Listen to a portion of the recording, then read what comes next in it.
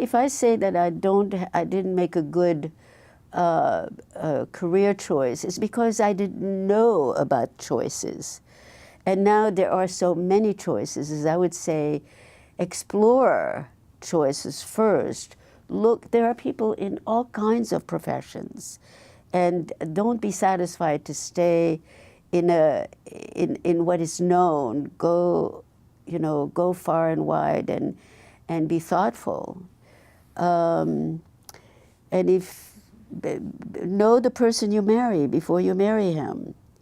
That's for sure, which is something I didn't do, but then again, I was lucky, luckier than many. And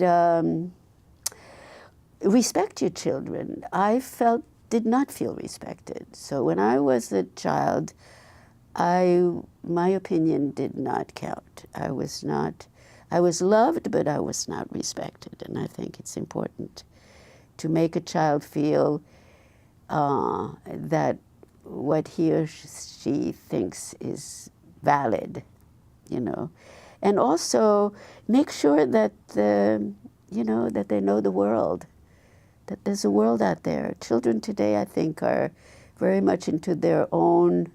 I think it's a pendulum. When I was young, I think we knew about the world.